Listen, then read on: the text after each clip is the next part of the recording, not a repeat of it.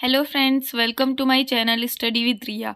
मैं आज सबको बीए हिस्ट्री फर्स्ट ईयर के जो इम्पोर्टेंट क्वेश्चन पेपर है मैं आज सबको वो बताने वाली हूँ, क्योंकि जो क्वेश्चन पेपर था उसमें वो बहुत ज़्यादा धुंधला दिखाई देता है, इसलिए मैंने ये सब कुछ आपके लिए लिख के रखा है। तो हमारा फर्स्ट क्वेश्चन है, science and technology during Gupta period. मतलब जो गुप्तकालीन था उसमें विज्ञान और प्रौद्योगिकी कैसी थी। मतलब जो गुप्त काल था हमारा, उसमें जो हमारे विज्ञान, जो हमारी साइंस और टेक्नोलॉजी थी वो कैसी थी। तो फ्रेंड्स, हमारा सेकंड क्वेश्चन है, बुद्धिज्म ड्यूरिंग हर्षवर्धना। मतलब जो बुद्धा था, मतलब जो बौद्ध धर्म था, तो वो हर्षवर्धन के काल में बौद्ध धर्म कैसा था मतलब बौद्ध धर्म ज़्यादा प्रचलित था या नहीं था, उसके बारे में हमें यहाँ पर बताना है। हमारा थर्ड क्वेश्चन है, इकोनॉमी इन साउथ इंडिया। मतलब इसमें हमें क्या बताना है, इकोनॉमी बतानी है साउथ इंडिया की। इकोनॉमी मतलब दक्षिण भारत की अर्थव्यवस्था को हमें इसमें क्लियर करना है। मतलब इंडिया, मतलब जो दक्षिण भारत है वहाँ वहाँ की अर्थव्यवस्था कैसी है, वहाँ की इकोनॉमी, उसके बारे में हमें क्या करना है, इसमें बताना पड़ेगा। जो दक्षिण भारत है उसके बारे में, उसकी अर्थव्यवस्था को हमें बताना पड़ेगा। तो हमारा चौथा क्वेश्चन है, पॉलिटिकल स्ट्रक्चर ड्यूरिंग पाला किंग्स। मतलब जो पॉलिटिकल स्ट्रक्चर था, मतलब जो राजनीतिक व्यवस्था थी, पाल शासकों की राजनीतिक व्यवस्था। मतलब जब भारत में पाल शासक क्या करते थे, राज्य करते थे, राज करते थे, तो जब उनका क्या था, राजनीतिक मतलब पॉलिटिकल जो उनका स्ट्रक्चर मतलब व्यवस्था। जैसे आजकल हमारे जो होते हैं राजनीतिक, जैसे जो राजनीति व्यवस्था है हमारी, वैसे ही जो पाला किंग्स जब राज करते थे तो उनकी जो राजनीतिक व्यवस्था थी वो कैसी थी। तो गाइज हमें ये बताना है इसमें कि पाल शासकों की राजनीतिक व्यवस्था क्या थी।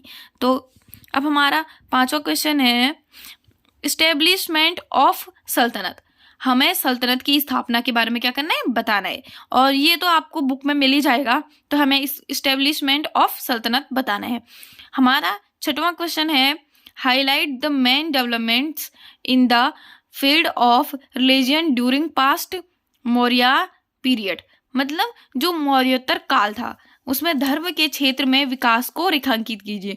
मतलब मौर्योत्तर मतलब मौर्यों के काल में हमें धर्म का जो क्षेत्र था, मतलब धर्म का क्या होगा, एक क्षेत्र मतलब जहाँ धर्म क्या, मतलब जो हमारा धर्म का पूरा एरिया है तो उसमें विकास को रेखांकित कीजिए। मतलब हमारे धर्म में कितने विकास हुआ, कितना नहीं हुआ, वो किसके काल में, चंद्रगुप्त मौर्य के काल में। मौर्योत्तर काल उसे कहा जाता है जहाँ जैसे चंद्रगुप्त मौर्य, जितने भी मौर्य साम्राज्य में जितने भी राजा हुए, जो जब उन्होंने राज किया, भारत पर राज किया, तो उसे कहते हैं मौर्योत्तर काल।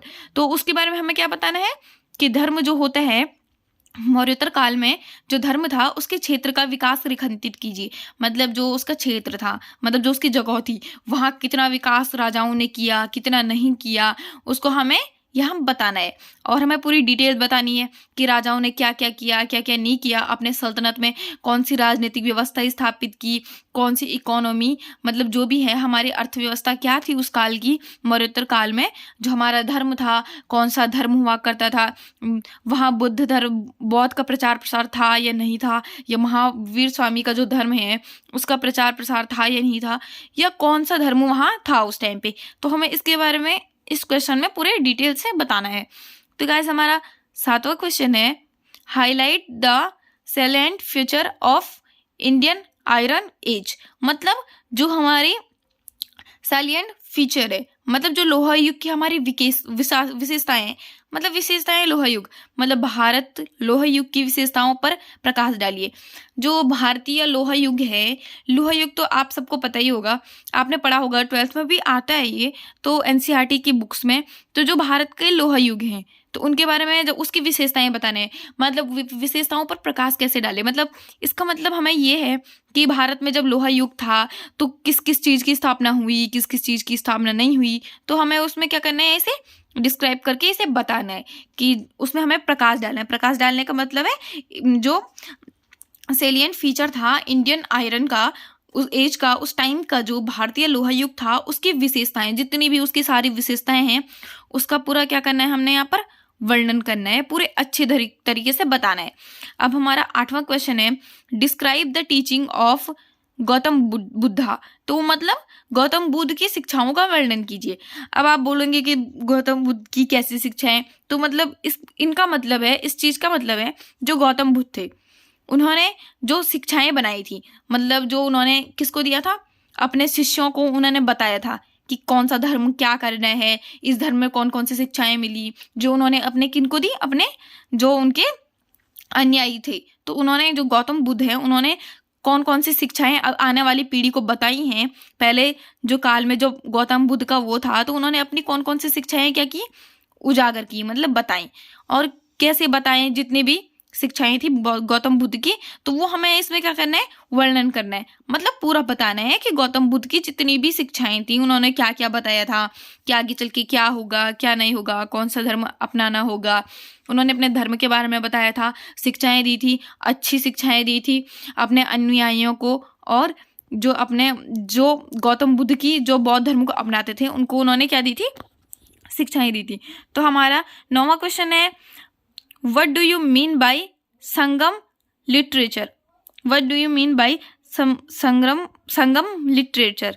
तो इसका मतलब संगम साहित्य का से आप क्या समझते हैं। तो इसका मतलब संगम साहित्य से आप क्या समझते हैं, मतलब संगम जो साहित्य है वो आपको बीए फर्स्ट ईयर में मिल जाएगा, उसकी बुक्स में आपको पूरे संगम के बारे में मिल जाएगा जो उसका साहित्य था। तो हमें उसमें क्या करना है, उसे बताना है संगम साहित्य के बारे में। तो उसके बारे में आप सबको बुक्स में मिल ही जाएंगे। तो ये बहुत ज़्यादा इंपॉर्टेंट क्वेश्चन है, तो आपको इसे बहुत अच्छे से पढ़ना होगा। और गाइज यहाँ पर ये सारे जो क्वेश्चन हैं 9 क्वेश्चन थे वो सारे कंप्लीट हो चुके हैं, और ये मैंने खुद बनाए हैं। और पेपर में बहुत ज़्यादा धुंधला दिखाई देता है, इसलिए मैंने ये सारे अपने हाथों से यहाँ लिखे हैं, हिंदी में भी और इंग्लिश में भी। अगर आपको हिंदी में समझ में ना आए तो ये इंग्लिश में भी है। और थैंक यू फॉर वॉचिंग, और सब्सक्राइब लाइक ज़रूर कीजिए और वीडियो को शेयर कीजिए कि आपके अलावा जो भी बीए फर्स्ट ईयर के बच्चे हैं तो उन तक भी ये वीडियो पहुंच जाए और इम्पोर्टेंट क्वेश्चन पहुंच जाए। धन्यवाद।